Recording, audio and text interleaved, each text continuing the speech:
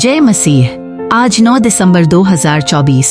आज का वचन है इब्रानियों 9:22 और व्यवस्था के अनुसार प्रायः सब वस्तुएं लोहू के द्वारा शुद्ध की जाती हैं और बिना लोहू बहाए क्षमा नहीं होती। 1 पाप और पवित्रता की गंभीरता। यह वचन हमें स्मरण दिलाता है कि परमेश्वर पवित्र और न्यायी है। पाप के कारण मनुष्य परमेश्वर से अलग हो गया है।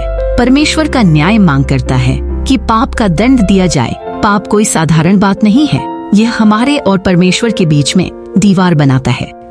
अपने जीवन में पाप की गंभीरता को समझना चाहिए और परमेश्वर की पवित्रता को आदर देना चाहिए। लेवी व्यवस्था 17:11 क्योंकि शरीर का प्राण लोहू में रहता है और मैंने उसे तुम्हारे लिए वेदी पर इसलिए ठहराया है कि वह तुम्हारे प्राणों का प्रायश्चित करे, क्योंकि प्राण वाला लोहू ही प्रायश्चित करता है।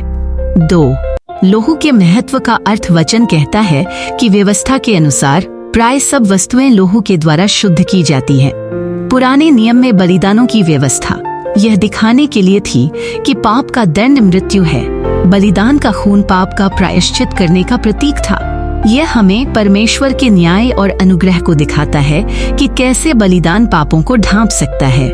मत्ती 26:28 क्योंकि यह मेरे उस नए वाचा का लोहू है जो बहुतों के लिए पापों की क्षमा के लिए बहाया जाता है।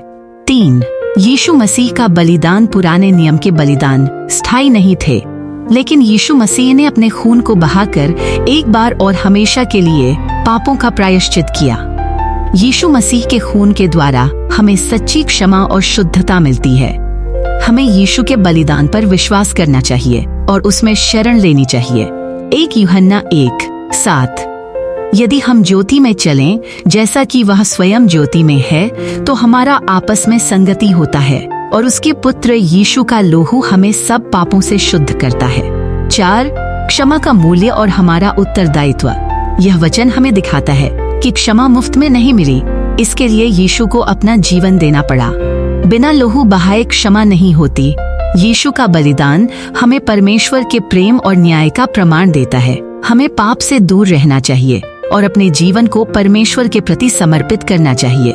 रोमियो 6:23 पाप की मजदूरी तो मृत्यु है, परंतु परमेश्वर का वरदान हमारे प्रभु मसीह यीशु में अनंत जीवन है। आमीन। परमेश्वर आप सबको आशीष दे।